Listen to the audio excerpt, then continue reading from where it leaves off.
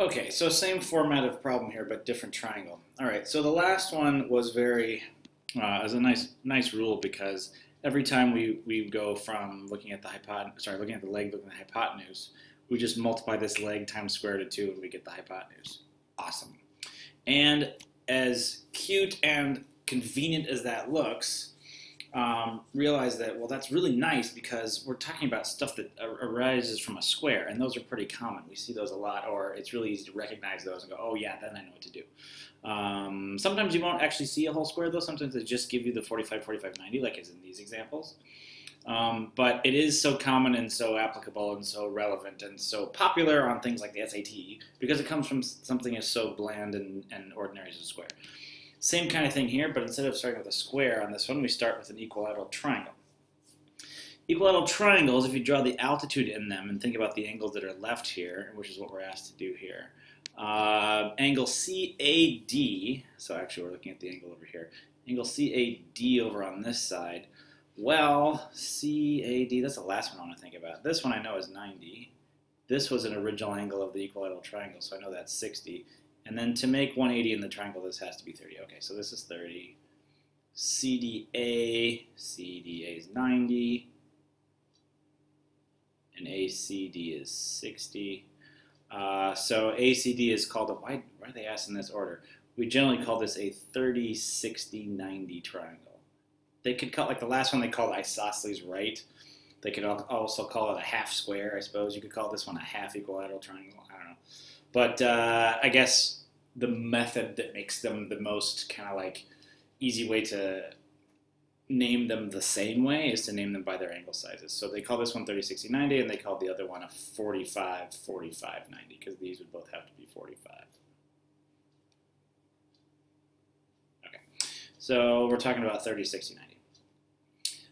And any triangle that has a 30 and a 60 and a 90, and it would have to be similar to this one right here. All the triangles you could possibly make by cutting any size equilateral triangle in half would be similar to each other. All right, so if CD is 1, CD is 1. DB would also be 1. Think about that. BC is 2. Remember, this triangle is equilateral, so all these sides have to be 2. So AC is 2. So this one's a little trickier than the 45, 45, 90, because in the 45, 45, 90, these two were equal right away, so whatever this was the same. Well, this triangle doesn't have anything the same about it. The triangle, I mean, is the 30, 60, 90. The 30, 60, 90 is just this thing. The 30, 60, 90 doesn't have any two sides that are congruent. It has a 1 here. We just found out, well, if this one's 1, this is 2, which is not hard to think about, but they're different, so it's an extra step, sort of. So comparing this shorter leg, notice this one has to be shorter than this one, because this is opposite 30 degrees. So we call this the short leg, the long leg, and the hypotenuse. Get used to that. Short leg, long leg, hypotenuse. The way the short leg and the hypotenuse compare in these is always 1 to 2. The short leg is always going to be half the hypotenuse because it's half of the side of the same equilateral triangles where this came from. So that's always half of this. This is the tricky one. This little altitude in here, I'm going to call this B. How that compares to the two is a little bit of a nightmare, but it's always the same. It's always predictable. We're gonna get a rule kind of like this, where this was always square root of 2 times bigger. Okay, so let's do some examples. So here they're saying let's do one where the little part down here was 1, and that's 2, and let's find. Do they give us a variable to use? Okay, so I'm gonna use my B.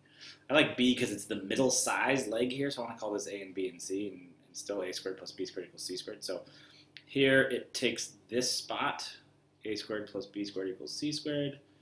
And again, in all these examples, this number is going to be half of this one, and I'm going to try different lengths for the one here, for the short leg. All right, so that turns out to be 1. That's nice. 2 squared is 4. B squared turns out to be 3. So b is the square root of 3. All right, let's file that away. If this length is 1, the long leg, if the short leg is 1, the long leg is square root of 3. So here we'll say, let's let the short leg be, let's use 5 and 12, just like last time. There's nothing wrong with 5 and 12. So if I use the short leg as 5,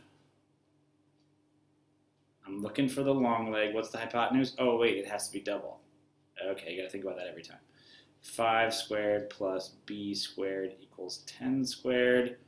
We're doing this now because we're about to get a shortcut so we never have to do it again. B squared is 75. B is the square root of 75. Do you suppose that reduces? Do we suppose we have a simplified radical form for that? Oh, because it might be nice to compare this and get a rule in general. Oh, it's 5. Oh, you can't see that. I moved things around since last time. It's 5 times the square root of 3. Gasp. All right, equals 5 times the square root of 3. Did you know that already? Did you know it was going to happen? So here it's 12. Let's not draw the picture. See if you can figure this one out. 12 squared plus b squared equals the hypotenuse squared. Well, if this side is 12, I don't know that. What's this? Now, in this case, that would have to be, think about this, 24. This is 144. This is ginormous. 24 squared. I think it's 576. 576, not squared. What am I doing? It's just 576. So b squared is, okay, these numbers are getting big. 576 minus 144. That's 432. And so b is the square root of 432, which you know what, I have a burning suspicion here that perhaps that reduces. I can just do the square root of the answer. I get 12 square root of 3. Oh, it happened again. Okay, so let's go back and highlight here the rule. If this length was 1, this length was the square root of 3. If this length is 5, this length is 5 times the square root of 3. If this length is 12, this length was 12 times the square root of 3. See a pattern yet? Well, you're supposed to. If whatever the short leg is, the long leg over here is the square root of 3 times longer. So if this is 1, this is the square root of 3. If this is 12, this is 12 times the square root of 3. And this thing is always double that. So we have 3 things to keep track of here, but again, it's very predictable and it's very, comes up a lot because this came from a 30, 60, 90, which is from a half of an equilateral. The hypotenuse is twice as long as the shorter leg. That was the first thing we came across because of that bisector business. That's a C. Twice as long as the shorter leg. And the longer leg is square root of 3 times longer than the shorter leg. So notice how both these things, the way this statement is written, and you could write this a couple different ways. In this statement, both things, the hypotenuse and the longer leg, are both compared to the shorter leg. So it's kind of like the shorter leg is the root of all of these rules. If you knew the shorter leg, then you could get the hypotenuse by making it double, and you could get the longer leg by making it times the square root of 3. So it's nice when you know the shorter leg, because that's the way this comparison is written, and really this is the easiest way to think of this one. You could actually rewrite this and tumble this around and write it in all terms of any one of the 3, but writing it in terms of the shorter leg, which is the shortest side always, makes it so we're multiplying up for the other 2, and it makes it easier. So this is the nice way to get one of these problems. When you know the shorter leg, how do you find that? How do you find that? Well, here's the shorter leg. Think about which one's the hypotenuse and which one's the longer leg. The hypotenuse, of course, is A, so don't think about this too long. That's 10. Now, again, you could do Pythagorean theorem. You could do 5 and 10 and figure out 5 squared plus b squared equals 10 squared. Oh, you know what? I actually picked that example here, didn't I? I know what the answer is going to be. But to use the rule here, we just said that the longer leg is always square root of 3 times longer than this. So all I need to do to figure out b is tack on this square root of 3 times whatever that shorter leg was. So if this is 5, this is 5 times the square root of 3. It's like, square root of 3 is like 1.7. So this is like 1.7 times longer, whereas this is like 2 times longer, which is the longest side of the triangle, so that's good. All right, this one is a little bit harder. We know this is 20, and it's the hypotenuse. So when you have these other 2 unknowns, you can get all 3 of them again because we have this super, triple fact up here about how all 3 of them relate. If you know this is 20, we know this one, since it's a 30, 60, 90, this has to be such that d times 2 is 20. Like here I had the 5, I knew automatically this was 10. If I know this is 20, I automatically know this is half. If the hypotenuse is twice as long as the shorter leg, well then another way to read that is that the shorter leg is half the hypotenuse, always. That's how we got this this 1 and this 2 in the first place, that relationship. So if this is 10, this is 20, C is square root of 3. This is the weird one. This is the one that's the longer leg. It's the square root of 3 times as long as this one down here. It's 10 times the square root of 3.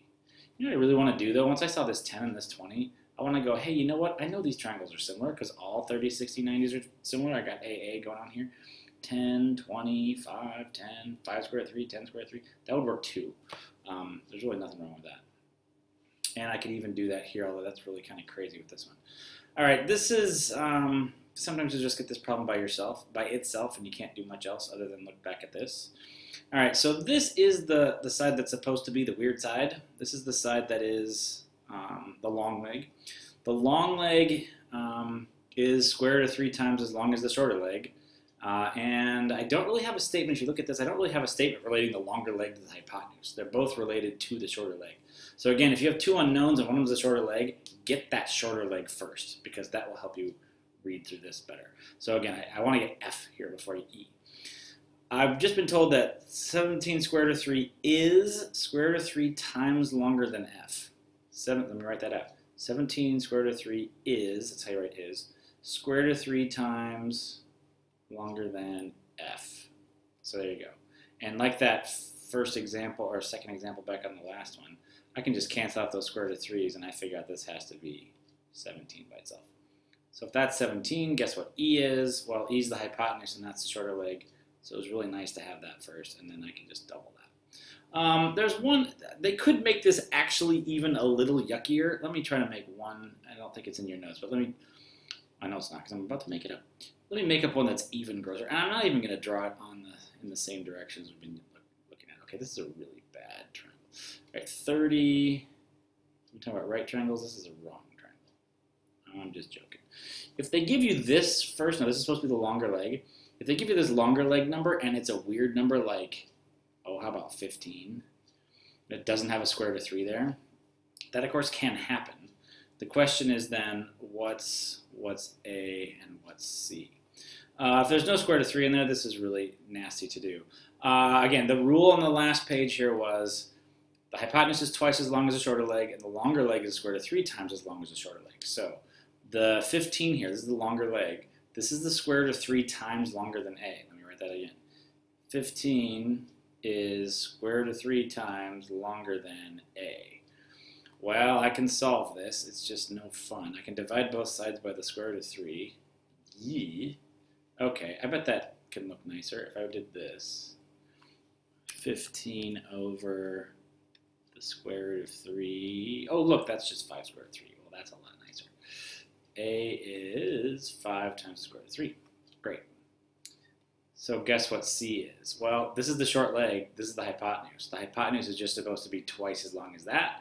So what's 5 square root of 3 times 2? You guessed it, 10 square root of 3. Okay, so if you are being made nervous by all these radicals and how to operate with them when they're stuck onto constants, we can talk you down from that fear in class. But until then, just think of them as another variable. Think of them as something like pi, something you can divide by and cancel, or multiply by, as if it was like if I took 5x times 2, I just have 10x here. They're really nothing to be too scared of. Okay, I will see you in class.